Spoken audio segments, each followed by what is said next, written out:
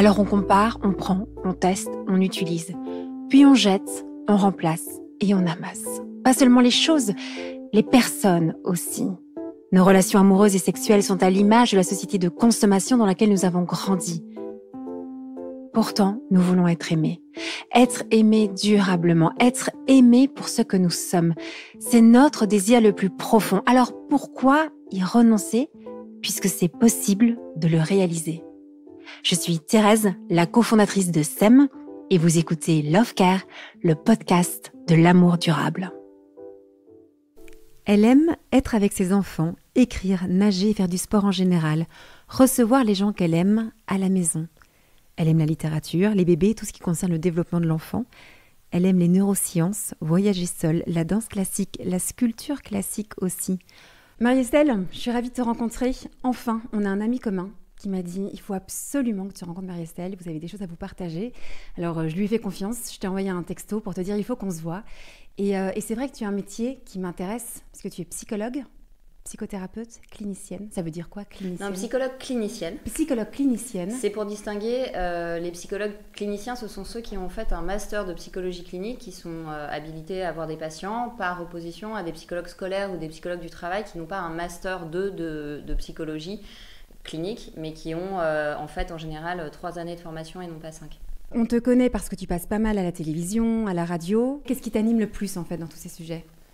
Alors en réalité, je me suis retrouvée à passer de manière très fréquente à la télévision et dans les médias au moment du confinement et de la crise sanitaire. Et en fait, ça se conjuguait avec l'arrivée de mes 2 derniers enfants. Et puis moi, j'ai vu en fait mes patients qui se sont mis assez rapidement à présenter des troubles anxieux, etc.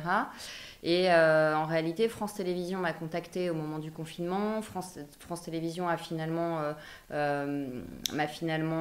demandé d'intervenir sur le JT. Ensuite, j'ai été récupérée par RTL et puis par LCI. Et après avoir passé 1 an à être 2 ou 3 fois par semaine sur TF1 LCI, je suis partie à CNews et j'ai fait 2 saisons dans l'heure des pros de Pascal Praud.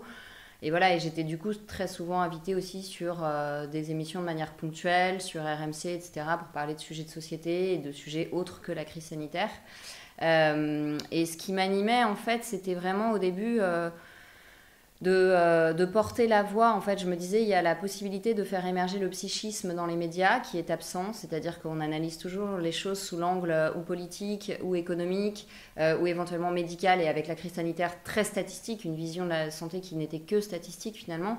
Et c'était le moment ou jamais de faire émerger la notion que l'être humain, il a un psychisme, que c'est une unité psychosomatique et qu'on ne peut pas désarticuler sa santé en fait. Et puis aussi de faire remonter la souffrance de mes patients, parce qu'il y avait un écart très important entre ce que les gens me disaient en consultation et ce que les journalistes pouvaient en fait se représenter de la souffrance psychique, parce qu'ils n'étaient pas aux prises parfois avec de très jeunes enfants, des parents en télétravail. Donc c'était le moyen de faire le lien. Pour moi, cette opportunité me disait ta mission, c'est de faire du lien. Voilà, de faire du lien entre des gens qui ne sont pas visibles, entre guillemets, et puis les médias.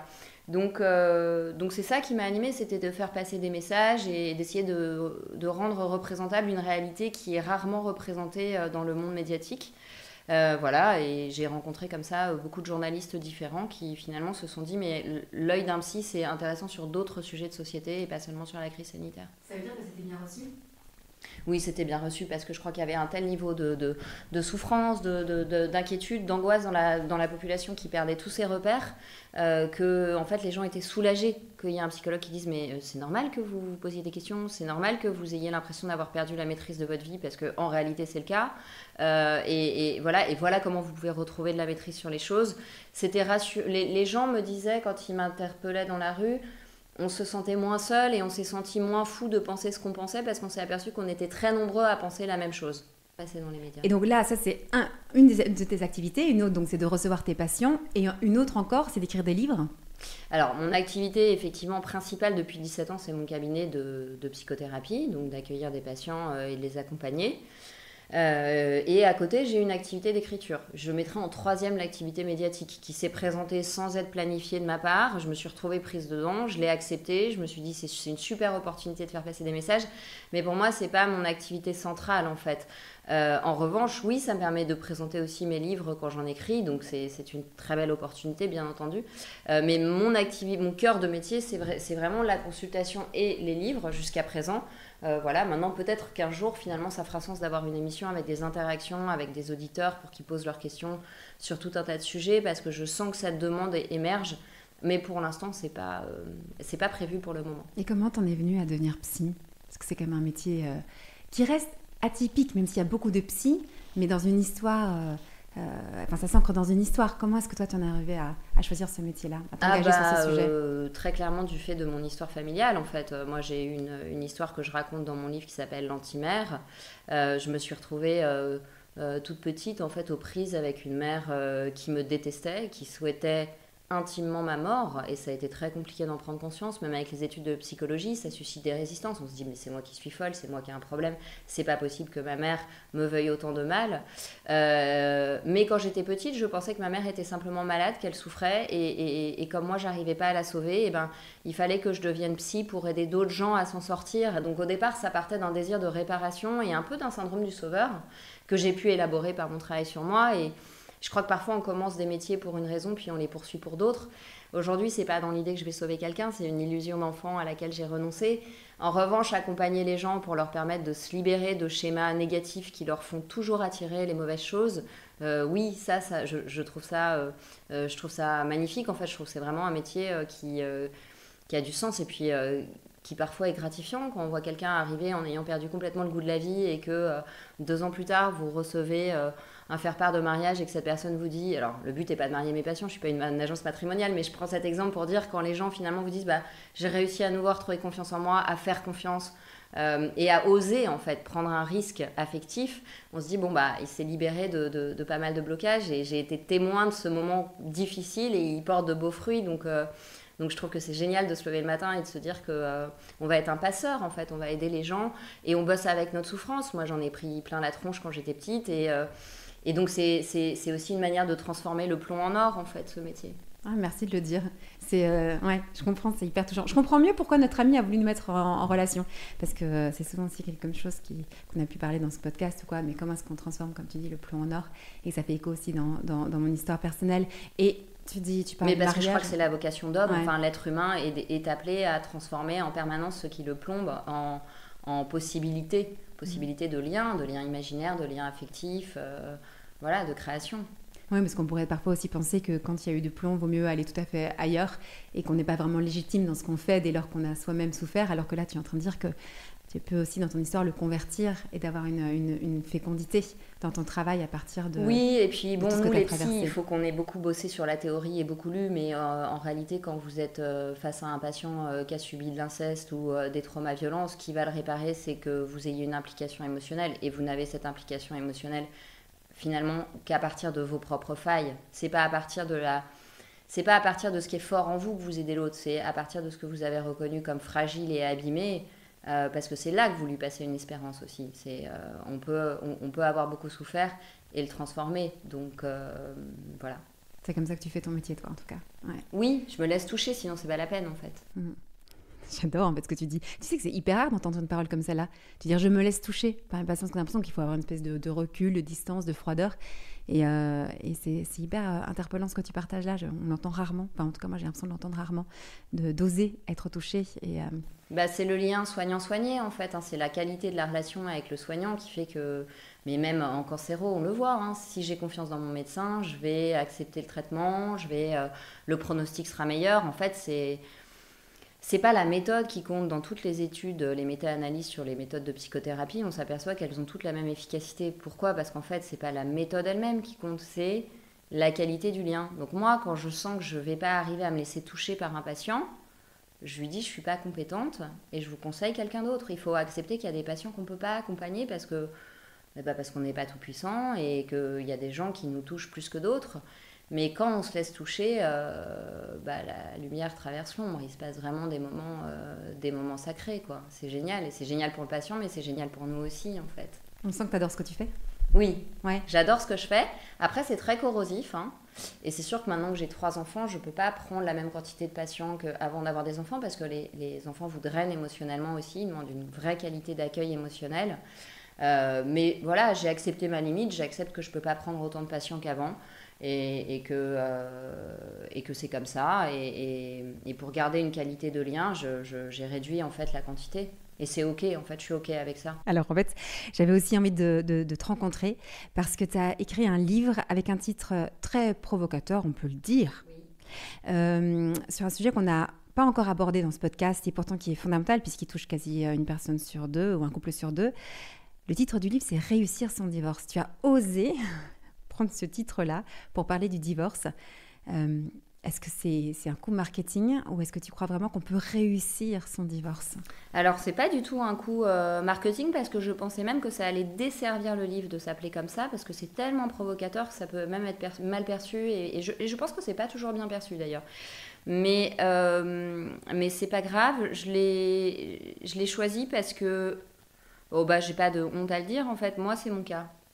Moi j'ai réussi mon divorce et quand je vois le pugilat, les pugilats autour de moi, c'est-à-dire que ça met des années et les gens en sortent ruinés moralement, les enfants sont massacrés, ruinés financièrement, je me dis mais est-ce que c'est possible en fait pour un être humain d'accepter avec humilité qu'on se sépare mais qu'on peut se séparer en bonne intelligence sans sacrifier les fruits de son mariage et sans sacrifier en fait l'intérêt supérieur de l'enfant parce que c'est souvent quand il y a des enfants que ça se passe très très mal et que la guerre dure des années. Et j'avais envie de dire aux gens, moi, mon rôle de psy, c'est pas de vous dire de divorcer ou de pas divorcer, pas du tout, ça c'est le rôle d'un gourou. Mais à partir du moment où vous arrivez dans mon bureau en ayant pris cette décision, mon travail c'est de vous accompagner pour que cette séparation, elle se fasse avec le moins de dégâts possible. Ce sera toujours une fracture dans la vie, c'est quelque chose qui reste éminemment coûteux énergétiquement, hein, pas que financièrement, et éminemment douloureux parce que c'est très dur de se pardonner, parce qu'on s'en veut d'avoir fait le mauvais choix, parce qu'on s'en veut d'avoir cassé une famille. Mais j'avais justement envie d'accompagner les gens là-dedans, en fait. Donc, comment je me pardonne, comment j'arrête d'être en colère contre l'autre, parce qu'en fait, c'est moi que ça bloque, hein, c'est pas l'autre. Tu dis comment je me pardonne, parce que selon toi, c'est cette espèce de culpabilité et de colère qui fait que les divorces sont souvent des déchirures incroyables. Ce qui inflamme beaucoup les divorces, c'est le fait qu'on n'admet pas qu'on est en colère contre soi. Donc j'essaye d'aider les gens à accepter aussi la part de colère qu'ils ont vis-à-vis d'eux-mêmes, de s'être déçus, d'avoir été déçus, d'avoir mal choisi, d'avoir mal géré la relation. Voilà. Et puis bon, au début du livre, je dis que parfois un divorce réussi, c'est un divorce qui n'a pas lieu, c'est-à-dire il faut faire le bilan. Et c'est une décision qu'on ne peut pas prendre en une semaine, c'est une décision qu'il faut... Enfin, il faut au moins se donner 1 an pour décider de divorcer, parce que c'est quelque chose qui vraiment se mûrit. Attends, tu dis 1 an entre le moment où je me pose la question et le moment où je prends la décision? Un an entre quoi Le et quoi? moment où vous posez l'acte de divorce et le moment où vous commencez à penser à la séparation, il faut beaucoup de temps en fait. Et c'est OK, ce qui compte c'est d'oser se poser les bonnes questions. Et donc la première partie du livre, c'est ça. C'est est-ce que finalement, c'est en cassant mon couple que je vais résoudre mes problèmes? Parce que parfois on croit que le divorce va nous libérer illusoirement de tout, mais vos problèmes, vous allez les emmener ailleurs. Hein. Votre rapport à votre mère qui n'est pas réglé, vous allez juste les emmener ailleurs. Donc dans ces cas-là, c'est pas la peine de casser votre couple. Donc j'essaye d'aider les gens à faire ce travail de discernement. Est-ce que c'est vraiment le couple le problème? Ou est-ce que les problèmes du couple sont un symptôme de problèmes que je n'ai pas réglés avec moi-même? Et si vraiment le couple est irrécupérable, comment je négocie cette séparation de la meilleure manière possible? Donc j'aide les gens à comprendre leur type de personnalité aussi, comprendre la personnalité de leur conjoint, mettre les enfants de côté, continuer à être une équipe parentale, même si on n'est plus des amants. Voilà. Donc réussir son divorce, c'est d'abord aller jusqu'au bout de son discernement, Oui. de savoir exactement pourquoi est-ce qu'on se sépare et que Oui. la relation n'est plus possible. Oui, et je pense que finalement parfois, c'est au moment du divorce qu'on finit le discernement du mariage qu'on n'avait pas fait suffisamment avant de s'engager, quoi. Parce que quand on se marie, on est jeune et que c'est normal aussi de ne pas avoir tout élucidé de son histoire à 25 ans. Mais ce discernement qui était en suspens, on le termine au moment de la séparation finalement. Quels étaient les vrais motifs inconscients pour que je fasse ce choix? Qu'est-ce qui m'a fait peut-être saboter l'histoire? Ou qu'est-ce qui a fait que j'ai choisi quelqu'un qui m'humiliait? Qu'est-ce que j'avais à régler? Et je trouve que quand on peut rapatrier une partie du conflit qu'on a avec l'autre mais en fait, c'est du conflit interne là que je suis en train de rejouer sur la scène du couple, et ben on avance énormément et c'est pas une consolation. Moi, j'essaie pas de dire aux gens, vous inquiétez pas, divorcer c'est facile et c'est la solution à tout. Pas du tout, évidemment pas. En plus, je suis croyante, donc évidemment pour moi, ça a été très compliqué d'accepter de divorcer. Mais j'essaye de dire aux gens, Voilà ce que vous pouvez tirer de positif de ce qui est un désastre. Parce qu'à un moment donné, c'est un désastre, mais ça peut aussi être une renaissance. Et surtout, vous pouvez préserver vos enfants. Vous en êtes capable et voilà comment vous pouvez faire. Ouais, donc il y a les enfants, ça c'est très important. Mais juste avant, ce travail sur soi, et tu dis de discernement, est-ce que tu as l'impression que, même quand tu peux relire ton histoire ou l'histoire des personnes que tu accompagnes, si le discernement avant le mariage avait été plus poussé ou plus approfondi, alors ça éviterait un divorce, ou en fait c'est trop simpliste comme raisonnement? Non, ça évitera pas le divorce parce que je crois que les adultes sont comme les enfants, on a besoin de faire nos conneries. Donc de toute façon, tant qu'on n'a pas vécu quelque chose, on ne l'a pas résolu et il faut avoir fait les 5 premiers kilomètres pour arriver au 10e kilomètre. Mais il y a sans doute certains engagements grossièrement inadaptés qui seraient, enfin je le dis mal, mais on voit bien quand on est invité à certains mariages, c'est trop voyant que ça va pas, quoi. Et là, parfois, on se dit peut-être que le discernement n'a pas été suffisamment fait parce qu'on aurait pu éviter ça. Et puis, il y a des cas, enfin, moi, je sais que j'avais absolument besoin de passer par cette étape de ma vie, mais je sais aussi que cette histoire devait se terminer pour le mieux pour lui et pour le mieux pour moi, même si ça a été très douloureux. Et c'est sans doute pour ça que ce divorce s'est bien passé. Parce qu'on a pu accepter de se séparer sans se haïr, en fait. Et de dire, voilà, on s'est engagé trop jeune. Maintenant, on n'arrive plus à se tirer vers le haut. Chacun doit continuer à mûrir, mais on ne pourra peut-être pas le faire ensemble. Donc, je crois qu'il faut plus pousser le discernement. Maintenant, je ne pense pas que parce qu'on aura fait un maximum de discernement, on aura franchi toutes les étapes et que ça évitera tous les divorces. Ce serait trop beau. Mais peut-être que ça en évitera certains. Pour moi, c'est important quand même de le redire, parce qu'on n'est pas dans une histoire de recette. Si tu fais ça, alors du coup, tu t'assures un mariage heureux et durable. C'est intéressant, c'est important d'aller jusqu'au bout de son discernement avant de se marier, de se préparer au mariage, c'est essentiel. Mais parfois, malgré une préparation qui a été faite, et bien, on a besoin, comme tu dis, de passer par différentes étapes. Et puis, parfois, le divorce, quelques années plus tard, s'impose à nous. Oui. Et moi, je trouve ça très important de le redire pour pas avoir des discours trop simplistes sur l'amour et sur la relation, parce qu'on peut les entendre un peu de plus en énormément. Plus. Et du coup, ça me fait du bien vraiment de t'entendre le dire. Des discours très binaires où on va vous dire si je divorce pas, mes enfants seront contents, seront heureux, et puis si je divorce, mes enfants seront traumatisés à vie. Et en fait, c'est pas la réalité de ce que je vois dans mon cabinet. Je vois des enfants massacrés parce que leurs parents se détestent, mais qui se forcent à rester ensemble pour les conventions. Et à contrario, je vois des enfants dont les parents ont pu se séparer en restant une équipe parentale soudée, où il n'y a pas d'incohérence éducative et où l'enfant a du chagrin. Bien sûr, on aura toujours du chagrin que nos parents ne s'aiment plus, mais où il a son équilibre, en fait, parce qu'il n'est pas l'arbitre de conflits incessants à la maison, où on est la famille bien sous tout rapport, mais en fait, dès que la porte est fermée, on se déteste.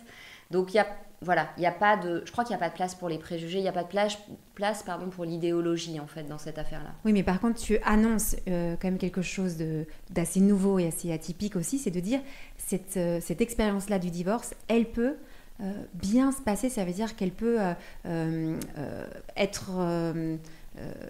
une épreuve qui va faire qu'on va quand même continuer à avancer l'un et l'autre personnellement et aussi autour de nos enfants, et que ça peut être quelque chose de bon en fait pour les uns et les autres. En fait, on n'est pas obligé de se dire s'il y a un divorce, automatiquement ce sera Absolument. La haine, le déchirement, la guerre absolue. Absolument. Et moi, j'ai même des patients qui me disent mais je suis un meilleur père depuis qu'on s'est séparés, parce que finalement, comme je ne suis plus parasitée par nos conflits, je suis le papa que j'ai envie d'être avec eux, et j'ai envie de leur donner le meilleur de moi-même. Donc non, il n'y a pas d'idéologie, et je dis que c'est pas parce que c'est une très grande souffrance que c'est forcément une catastrophe absolue. Il y a des divorces qui n'ont pas eu lieu, et ça, je le vois, ce sont de vraies catastrophes, parce que ça donne ça vend un mensonge aux enfants parfois. C'est-à-dire qu'on leur raconte que c'est de l'amour, alors qu'eux savent très bien avec leur perception d'enfant que c'est pas de l'amour. Et ça les abîme bien plus. Oui. Et parfois, c'est des années plus tard qu'ils s'en rendent compte qu'ils ont été abîmés par Bien sûr qu'ils ne veulent pas s'engager, mais j'ai plein d'exemples de couples qui ont été bousillés parce que l'un des deux avait vu son père ou sa mère tellement malheureux dans le couple qu'en fait, une fois en couple, ça a fait ressurgir les fantômes de l'angoisse de « oh là là, je suis mariée, donc je vais finir comme mon père, castré, ou alors je vais finir comme ma mère, aigrie, frustrée ». Et du coup, ils sabotaient leur couple parce que pour eux, comme le couple, c'était ça, ils faisaient en sorte, inconsciemment, que ça se termine comme ça.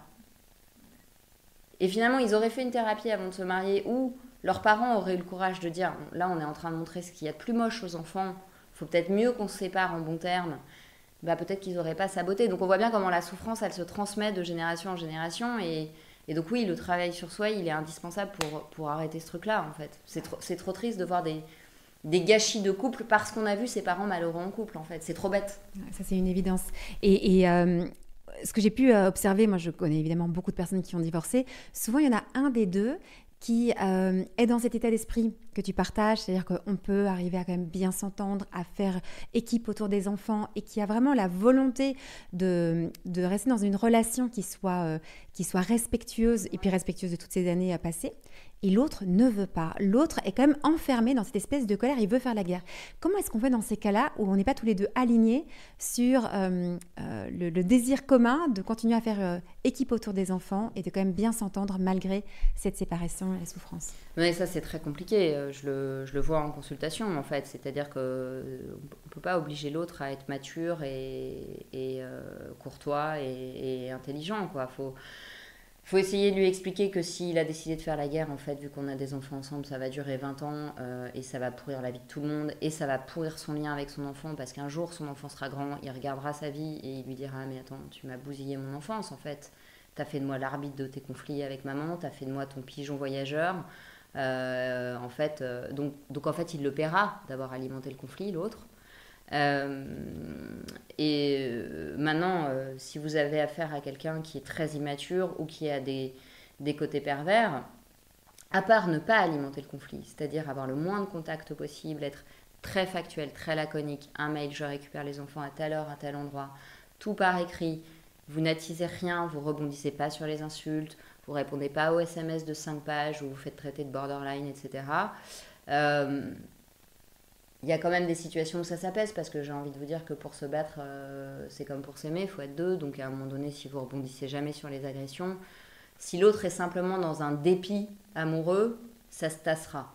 Si l'autre s'avère être une vraie perverse ou un vrai pervers, bah vous aurez besoin d'être bien aidé par un psy, bien aidé de bien réfléchir. Ça va être fatigant parce qu'il faudra réfléchir à chacune de vos réactions pour pas que l'autre utilise vos failles.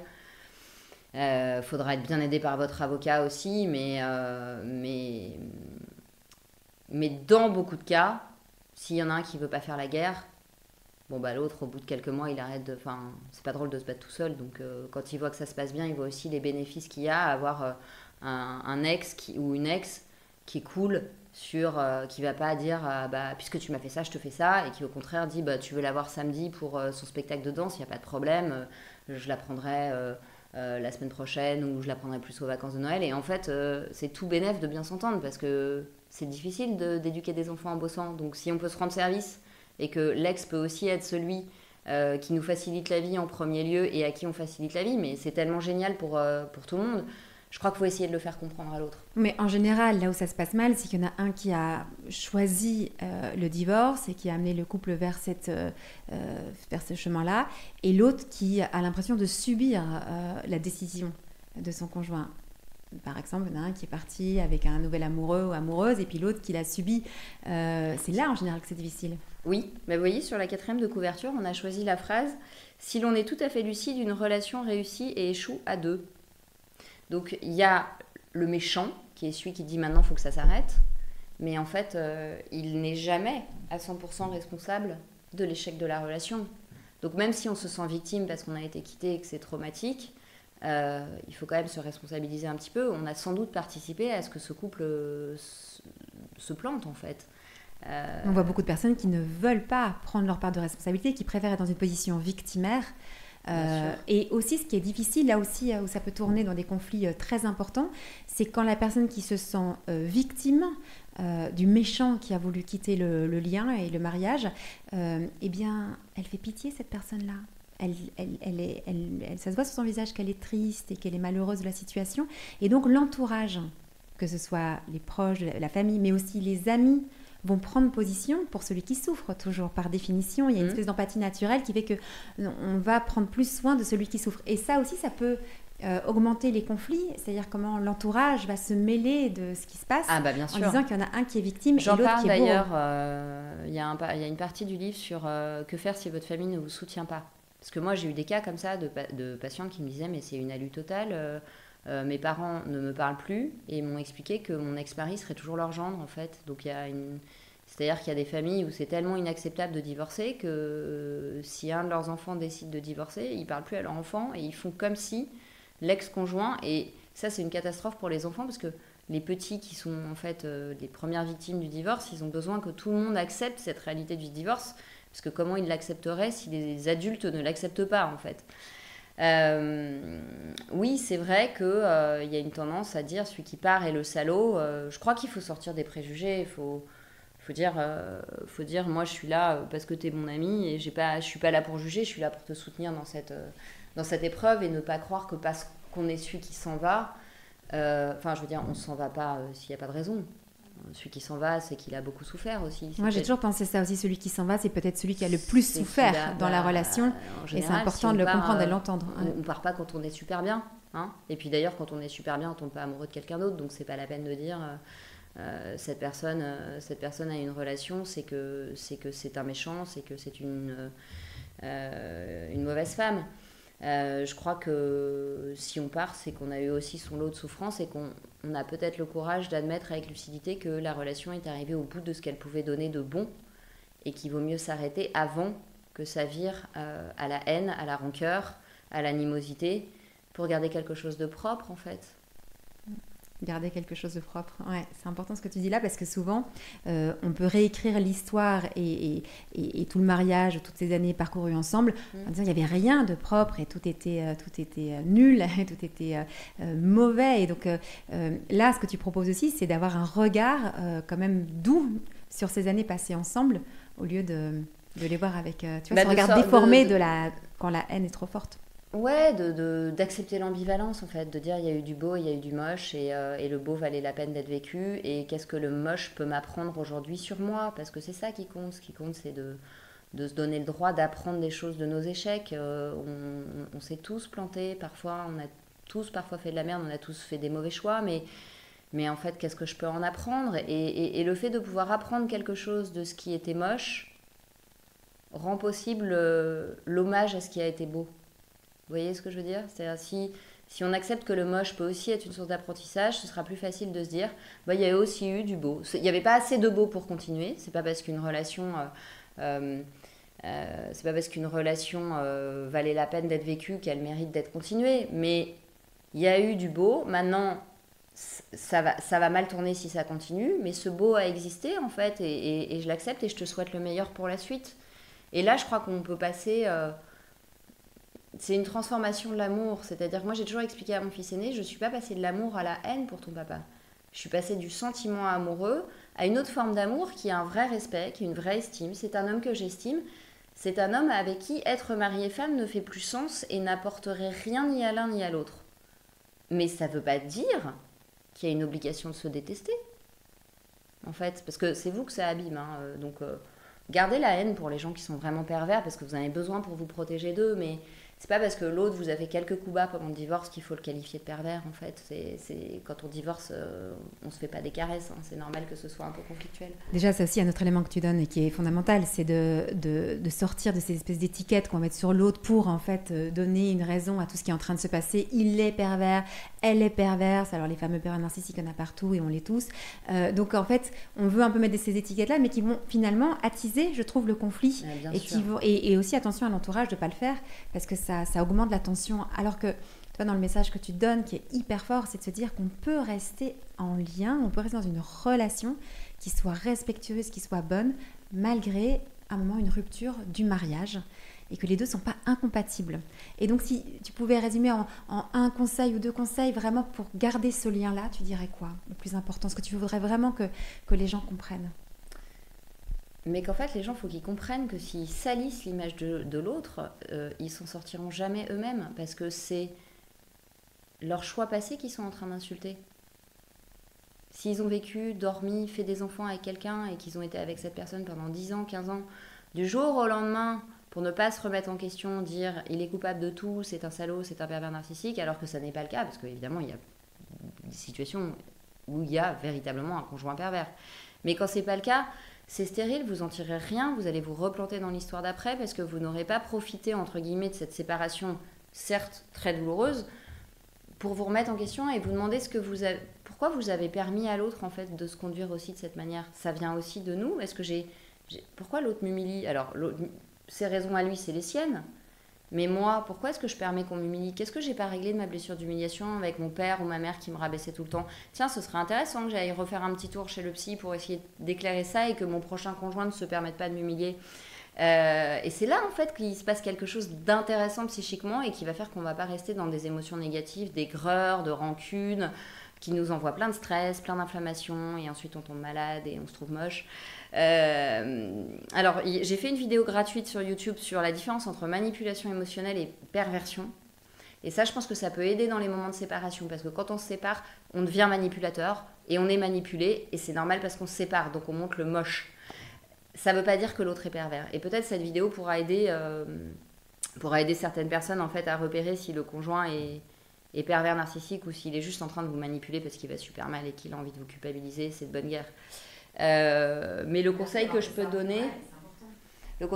donner, c'est posez-vous, faites-vous entourer de gens bienveillants qui ne vous jugent pas du tout. Prenez du temps pour être tout seul le plus possible, même si ce n'est pas évident quand on se sépare avec les enfants.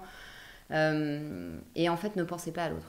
Pensez à vous. Qu'est-ce que j'ai à apprendre et qu'est-ce que je me souhaite? Est-ce que, alors que je le quitte ou alors qu'il m'a quitté, j'ai vraiment envie de passer les 10 prochaines années à mettre tout mon temps, mon énergie et mon argent dans une guerre, alors que de toute façon ce sera toujours le père ou la mère de mon enfant? Ou est-ce que justement, maintenant que je ne l'ai plus sous mon toit, j'ai de l'énergie à investir dans des trucs qui m'intéressent et qui me font du bien en fait? C'est par rapport à vous qu'il ne faut pas attiser le conflit. Et si, toi, quand tu étais dans cette période-là douloureuse que tu pouvais traverser de séparation, est-ce qu'il y a une chose que tu aurais voulu entendre, que tu as comprise quelques années plus tard et que tu voudrais dire aux personnes qui en ce moment nous écoutent et qui sont en plein dans les tempêtes d'une séparation? Oui, je crois que j'aurais eu besoin d'entendre que, aussi douloureux que cela soit, et quel que soit le poids de la culpabilité, etc., de la tristesse, c'est vraiment un chemin, la séparation. Et il y a un après, et la joie de l'après, c'est de découvrir des aspects de votre personnalité que vous n'aviez jamais exprimés dans cette relation amoureuse-là. Donc si vous faites un travail sur vous à l'occasion de cette séparation, vous allez sentir ensuite votre personnalité plus riche et plus complète. Non pas parce que c'est en divorçant que vous vous êtes enrichi, mais parce que vous aurez su transformer un vide, une destruction en quelque chose quelque chose qui vous a enrichi et fait mûrir. Et c'est possible de mûrir avec un échec. Merci. Merci pour ce que tu as partagé. Vraiment, plus ça fait beaucoup d'écho chez moi. Et à mon avis, chez de nombreuses personnes qui nous écoutent. Merci pour ce que tu fais. Merci pour ce travail. Donc évidemment, on retrouve ce livre-là, Réussir son divorce, et puis beaucoup d'autres ouvrages et interventions que tu fais. On a envie de poursuivre pendant des heures. Donc merci. À suivre. Au revoir. À bientôt. Si vous désirez l'amour durable, retrouvez toutes les propositions de SEM sur notre site internet sem.co et sur nos réseaux sociaux Instagram et Facebook. Si vous êtes un professionnel du Love Care, rejoignez la communauté SEM. Et pour semer avec nous cette vision de l'amour, mettez un avis ou 5 étoiles sur votre plateforme d'écoute pour soutenir ce podcast. Venez signer notre manifesto et surtout, parlez de SEM autour de vous. Parlez-en à vos amis, à vos familles, à vos collègues qui ont tant besoin d'être outillés et accompagnés pour vivre leur désir le plus profond, aimer et être aimé durablement. Ensemble, nous réussirons à opérer la révolution de l'amour.